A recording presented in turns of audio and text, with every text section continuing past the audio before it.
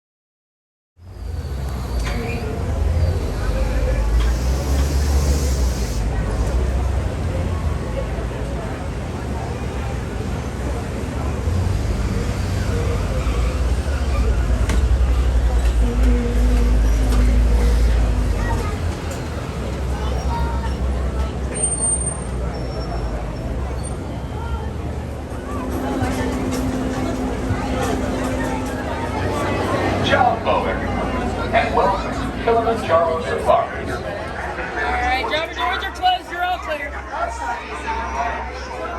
guys, I'm happy to say here in Giraffe Express, and Monday it does mean let's go.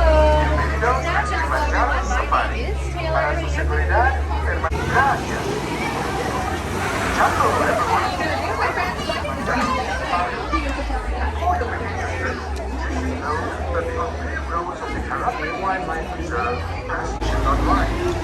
Once aboard the safari transport. Messing it up already, cool. Monday, that means let's go. Make sure we keep our hands on feet and legs inside the truck at all times, as well as staying seated in those forward positions. There are no tracks out here. This is a real truck. I'm a real driver. It does get kind of bumpy every now and again. I promise I try to avoid the potholes, but there are a lot of them, and that is coming from somebody who lived in Michigan for a year, so you know it's true. So I am Safari Guide Jada. We're going to be going on this 2-week safari adventure together. I know 2 weeks, long time, but we're going to get to know each other really well, and it's going to be so fun. In fact, it's going to feel more like 17 minutes and like 23 seconds. But we are in the Little Missouri Forest, and we're going to start heading right on in. But some of the animals here are very good at camouflage. They have really natural colored coats, and they'll often hide. Over on my right hand side is our first animal of the day. That is and here what goes on around them without having much of their body outside the water. Their nose is also very close to the top of their head so that they can tilt their head back, get a quick breath, and then go right back down to the bottom. Because they can hold their breath for 8 minutes at a time. When I said they were good at camouflage, I didn't think they'd all be hiding. Yeah, you might be able to see it. Up there on the top of the hill on my left, you're going to get a very weird view of it. There's a black rhino up there. Like I said, it was a very odd view. So, it's there, or at least tried to point it out for you guys. But they have very pointed upper lips, and they normally like to hang out alone. They're not the most social of the rhino species. But they all have horns, no matter the species of rhino. And they are made of keratin. If that sounds familiar, well, that is because that's what our hair and nails are made of. I know, rude, right? They get really awesome horns, and we get nails. Like, what are we going to do with horns besides look awesome? That's alright.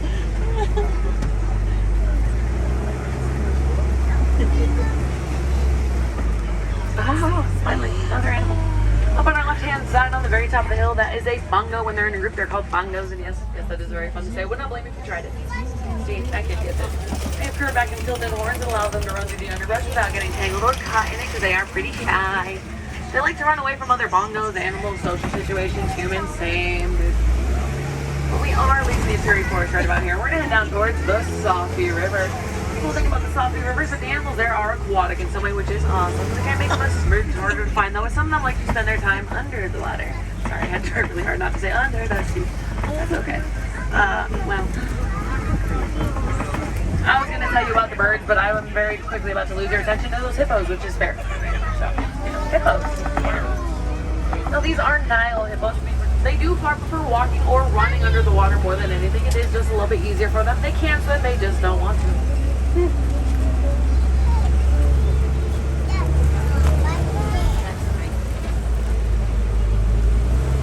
But you will want to keep your eyes on my left-hand side because, my friends, we are entering crocodile territory. These are Nile crocodiles. Big crocodile. I will go really slowly on the bridge so we have a good chance to see them, but we are going to make sure we stay firm. Now, these are Nile crocodiles. They're one of the few animals that continue to grow as they live between you. Where's that crocodile?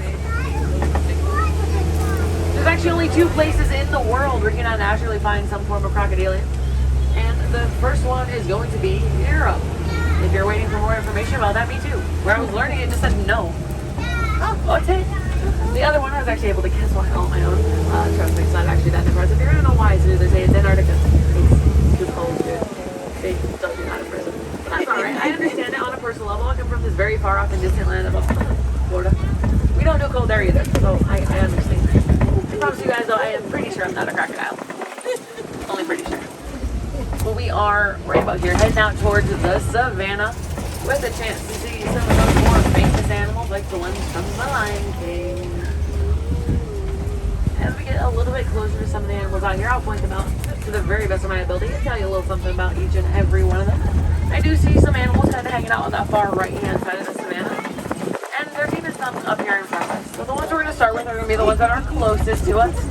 On our right-hand side, you'll notice there are all those animals with very large horns. Those are Ankole cattle.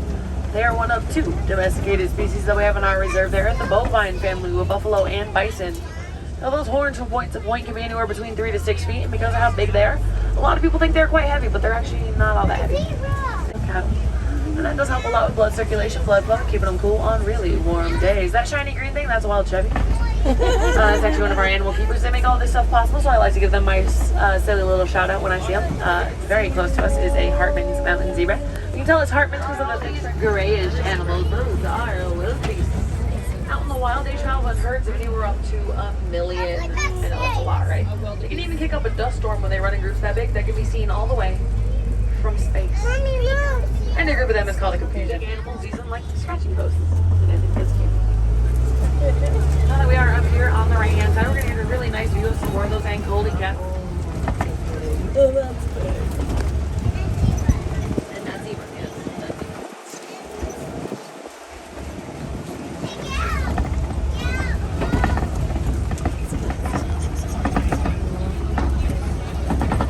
I do see another animal I think you're going to be very excited about. Up here on our left hand side, I see an entire group of giraffes. Now, a group of giraffe is called a tower. Pretty fitting for tallest animals in the world. I mean, they average at like 17 feet tall. It makes sense. From another wild safari truck.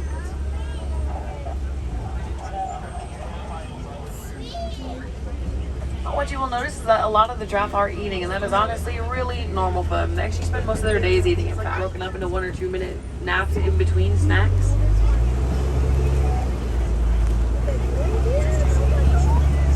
You see that one sitting down right out there? That's really cool to see because out in the wild, that is an extremely rare thing to see because out in the wild, it is dangerous for them. It takes them a hot second to get up there really tall.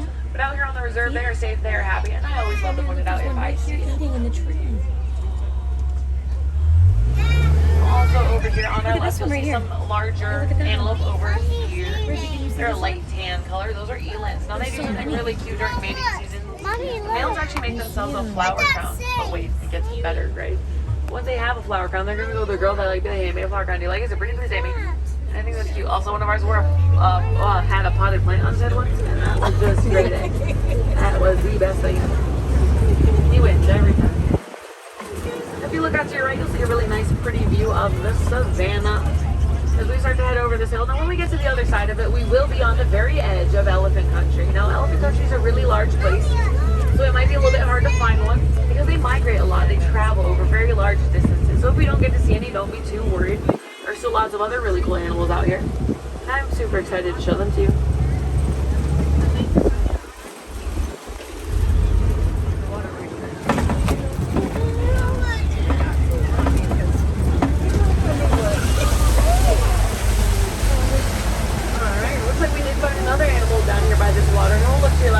These are greater flamingos. Now they are the lightest colored flamingos, so the ones we normally think of as being high, that very vibrant, bright pink, those are going to be lesser flamingos. The ones I actually want to talk about today are the smaller whitish brown ones, kind of scattered all around that island. Those are the babies. Very odd island. We can tell that those are the babies because it does take them about 2 full years to get the pink colors, and that there's some things known for from the beta carotene that's in their diet. It will often be found in brine shrimp or other small creatures. The group of flamingos is called a flamboyant. Right about here, we're to start heading deeper into the savannah with a chance to see some of the animals we haven't seen just yet.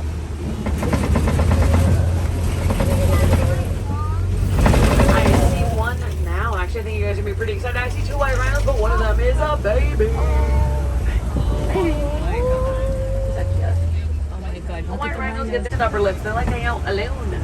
Whereas white rhinos have very wide upper lips. They like to hang out in groups and family units, just like this one. And a group of rhinos is called a crash.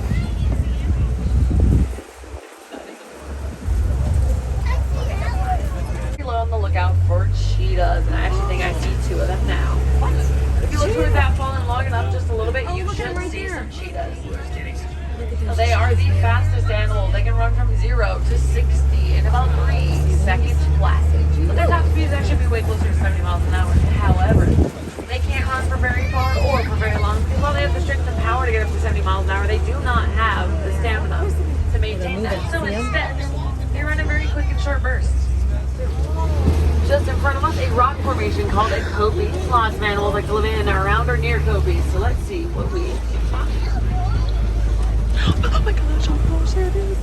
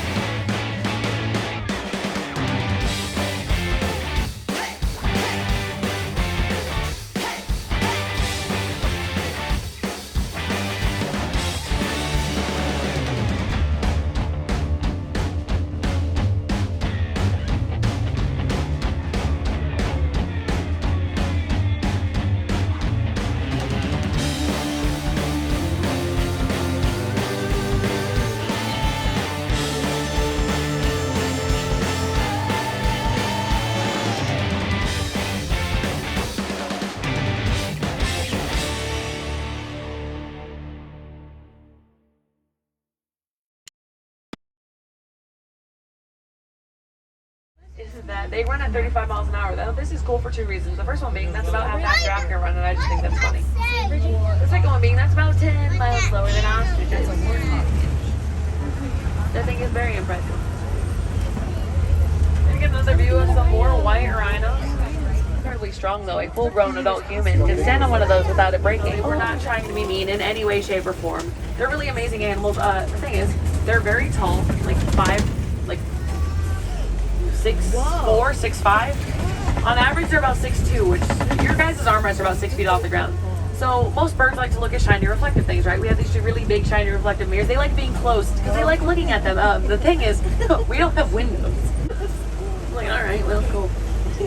Over here, this is the warden's coat and some of the warden's friends. These are the Fury Dorm coats. Now, they are quite small. They are fully grown, though. They don't really get any bigger than they are now. Well, they can be kept as pets. They're mostly kept as dairy goats. How cute are those?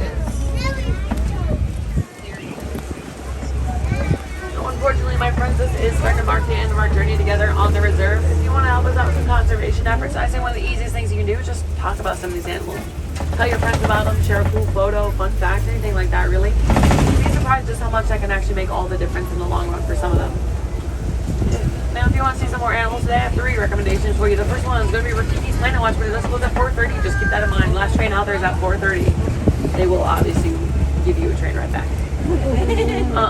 There are a lot of animals there as well. Some really cool stuff. And then they have the Gorilla Falls Trail also here in Africa. And the Maharaja Trek over in Asia. Now, lots of animals, different animals in all 3 of them. And if you have not checked out the Festival Lion King show just yet, I cannot recommend it enough. The last showing is at 5 p.m., so you definitely have time to make it over there tonight. And it is just a really fun, overall, amazing show. Singing, dancing, songs, bells, love, this is a good time all around. That would be a good time to start collecting all any belongings that could have gotten jostled around, fallen out of pockets, stuff like that. It would, it'd be a long walk at the end of the night if you realize you left your keys in Africa, man. Good news is if you're having a good safari, at least not a terrible one. I've been your guide, Jaden. If not, well, hello. I'm Bruno. We don't talk about Bruno. If you ever wondered how we do what we do out here at Animal Kingdom, at safaris, even at the seas with Nemo and friends over at Epcot, There is a show on Disney Plus called The Magic Behind Disney's Animal Kingdom. You get a lot of really cool information from it. You get to see a lot of the behind the scenes stuff, including our veterinary stuff, all of which we do in-house, done by our vets themselves. Nutritional stuff, lots of really cool info, Imagineering aspects of our attraction, stuff like that, and some of the animal names, including some of the ones we've seen today, like those lions, even some of the giraffe too. Season 2 did just recently come out. That's why a lot of us are talking about it so much, because we're all very excited. The first episode is even called Giraffe Jam, which I think is funny. But it looks like we are about to start heading up here towards this unload dock. We just have to get you guys out there and on your next adventure, but we do not like to say goodbye. That's just a little bit too sad and far too final. So instead, we prefer to say clobberini, which does mean go well. If you guys go well out there, be the change you want to see in the world, and just remember, stay hydrated, drink some water, it's good for you. Also, if you're cold, stay warm and drink hot cocoa, that's also good for you.